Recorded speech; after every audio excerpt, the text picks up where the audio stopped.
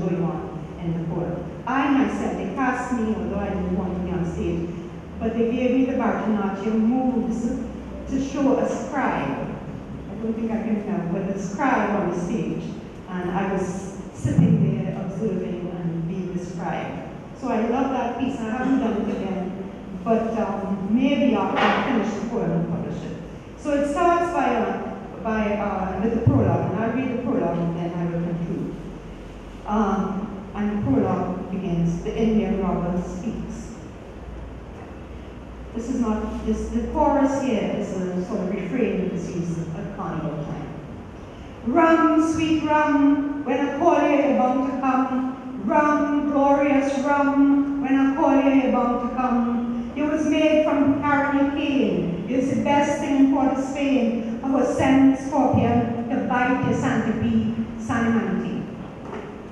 1,000, 10,000 to bar me one. And after I pass this bridge, I will be like cutlass in water. When cutlass cut water, they say it will leave no mark. But hear what I say. When this cutlass pass, it will leave a mark that nobody can see. Indelible. It will never rub it out. As I pass through here once only, but you can't forget this mark. You can't see it, you can't feel it, but the day, indivisible, is me, the Indian robber. Yes, I, the coolie robber. I then get a blessing from the ghost of voices sing, from Rafiq and Joe Pulul, these are all gangsters, I mean, from the mad woman in San Grande, from Amoy and Babuni, from the baddest of we, from the maddest of we. And I'm telling you, brother, it will have no way you could stop me now. My hair loose out, my tongue loose out, my body bust out, and what I have to say, I will say, and you will hear. I walk through acres of Himalayan snow, a desert thirst in the Gobi Desert, I lie down flat in the Deccan. I travel distance, immobile as wind. When I pass the miles I walk to come here, nobody could have seen me. I was born in Varanasi, in Agra, in Kerala. My mother, a Devadasi. Shah Jahan was my grandfather. They dipped me in water in front of the Taj Mahal. They dipped me in water from a pond in front of the Taj Mahal. Before I was 7, I kill and eat 2 tigers, drink their milk, and ride on the next one. My brother was Ramu, the wolf boy. My father was a Hijra. My grandmother was a bandit queen, badder than Pulan Devi. Well, you see me here. I is a woman with a heart of a tiger, like a man with an iron hand. I is my grandfather, whip and lash and curse. My grandmother, bending low in the cane field. The mark of this cutlass is a sure mark. When I had 5 years, my uncle lifted me up. He put me on his shoulder and he said, when you get big, you ain't afraid of nothing. And look me here, I ain't afraid of nothing. If anybody touch me, if they push me, you only have to think something. And I will slice you up small, small, small, small. They will have to bring toothpick to pick you up from the floor. If you think I'm too bad, left me for tomorrow. I still passing, me and stopping, and when the cutlass pass so. Let me see the man who will wipe it out. I'm telling you, I will send a scorpion to bite your centipede, Sanimanti.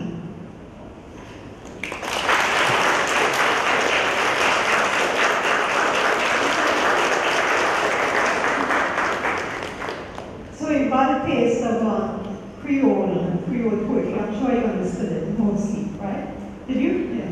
Okay, so I must conclude because the time is up. I would like to leave a copy of the Swinging Bridge for you, but I ran out in all of my travels so far. But I'd like to leave a copy of my book of poetry on nuclear seasons for your library, so you can peruse it at your leisure. And I have to say that I enjoyed the session very much. I wish we had more time. I didn't think the time was passing so quickly. Maybe I spent too much time on theory, but I felt you had to somehow get acquainted with the context. But thank you very much for having me this morning.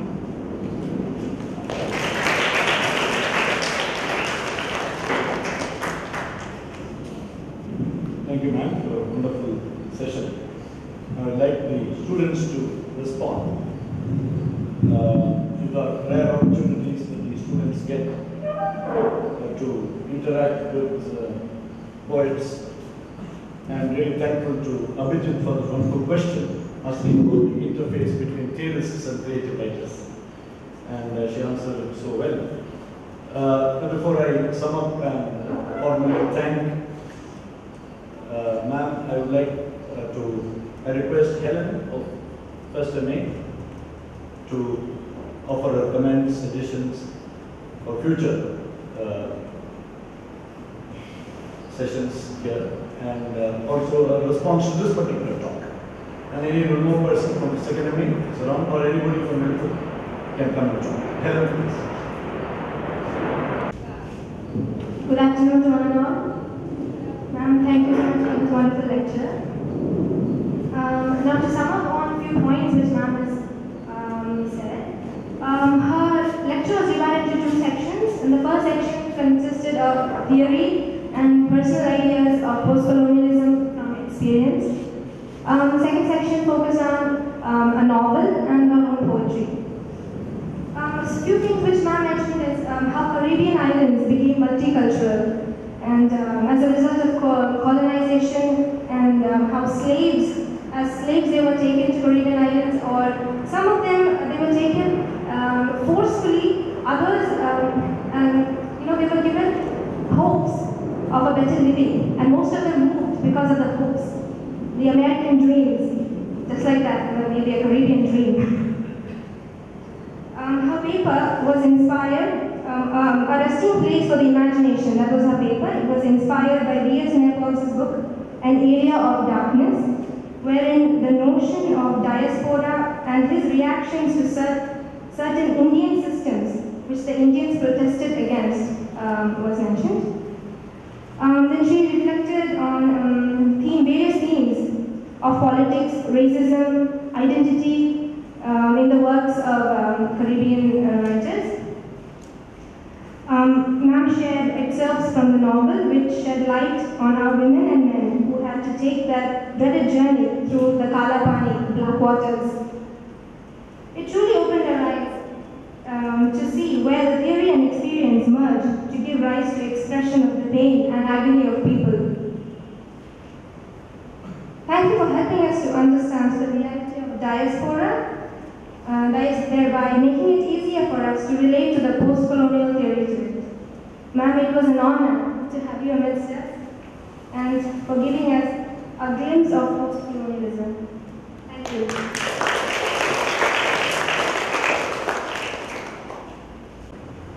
Just to add to what Helen said, again, thank you for this introduction to Trinidad. We love the Caribbean more for its cricketers. They're all huge fans of Australian players. But obviously, we never had people in their lives what kind of tradition they belong to. And as she summarized beautifully, the desire for a global citizenship, that was I think the main thrust. Is it possible to be a global citizen? Can homescape be possible in different, diverse, multicultural landscapes? And I like the expressions, the very, very resonant expressions that ma'am used very casually. The puzzle of legacy and grounded in definitive space. And the answer that she gave to this question of authenticity. She said authenticity is fixed in time, and a brilliant expression that is. And who is authentic? That's an important question, because can Caribbean writers not living in Caribbean islands write about that particular place, or can Naipaul write about India when he's not staying here? Now these questions are very important. The publishing industry that she rightly mentioned is also say partly to blame, if you can look at it negatively, and obviously partly to praise because they are the ones who bring us these books, let's say, time and again. And also opening our eyes to Tennyson's take on heaven. A brilliant kind of study that she made, and as she also said, we are very happy that you theorize from experience. Theory from books, it's available everywhere. But to speak from a personal experience. So, as you rightly said, the I is not it's just an editorial voice. It's an authentic voice for us. It is not fixed in time, because poetry is not fixed in time, it's always timeless and transcendental. So I'm truly happy that you led us to a lot of thoughts as to where to think about literature and so on, and the poems which I met her yesterday afternoon and I went through a few poems. I'm truly happy that she is gifting a collection of poems to the department. We're truly honored to have a copy, let's say, in our library for the students and for the members of the staff. And the lines again, I is overcast with pain and so on, and truly again very inspiring to say that names are so important. Right? Names are so important. Maybe once in his life the bard is wrong when he says what's in the name. I think names are everything. Names are everything. And Toronto, I mean, you mentioned Toronto is an original name. I mean, you can even anticipate such things. Let's say, and these are histories, private histories that we need to explore. Not only with regard to place names, but people's names, as you said, say, B.S. Paul talked about it in his Nobel Prize acceptance speech, talking about his lineage and so on. So this is an excellent way, let's say, to not resist the canon alone, but to expand the canon. I think if minority literatures can get that kind of status of canonical literature, that would be the best thing that can happen, where we don't make that terrible distinction of the canon and the non-canonical literature. So I'm really beholden to you, ma'am, for this wonderful talk. Now, on behalf of the English department and on behalf of the students, I request Dr. Jason, senior faculty in the department, to hand this over to a very, very small token. More of astonishment and wonder and appreciation than the true value of it.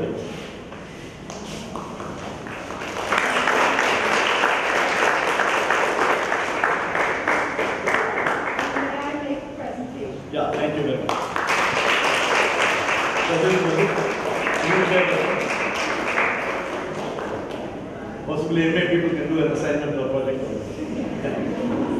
Thank you. So thank you, ma'am, again.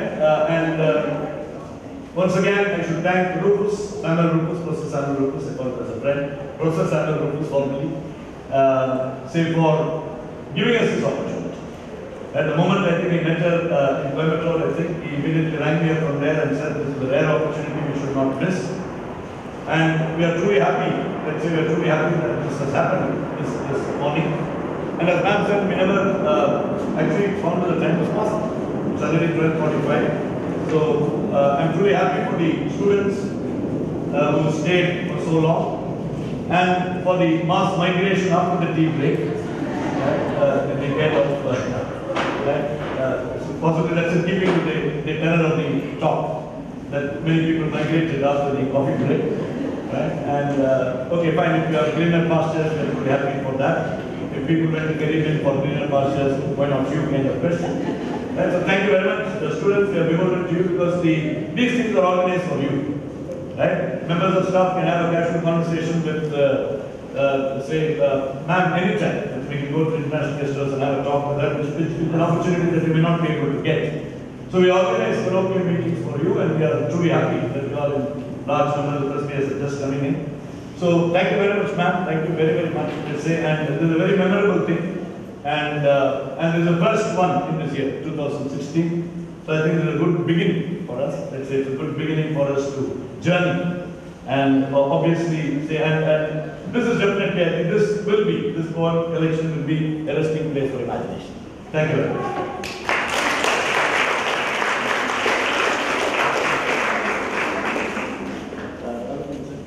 Caribbean, how many of you are familiar with any of the writers?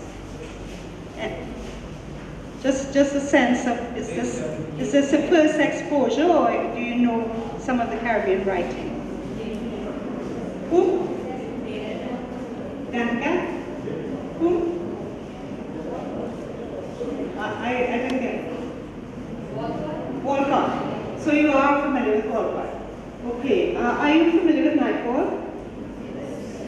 His name. More his name, yes. In a negative way, I imagine. Yes.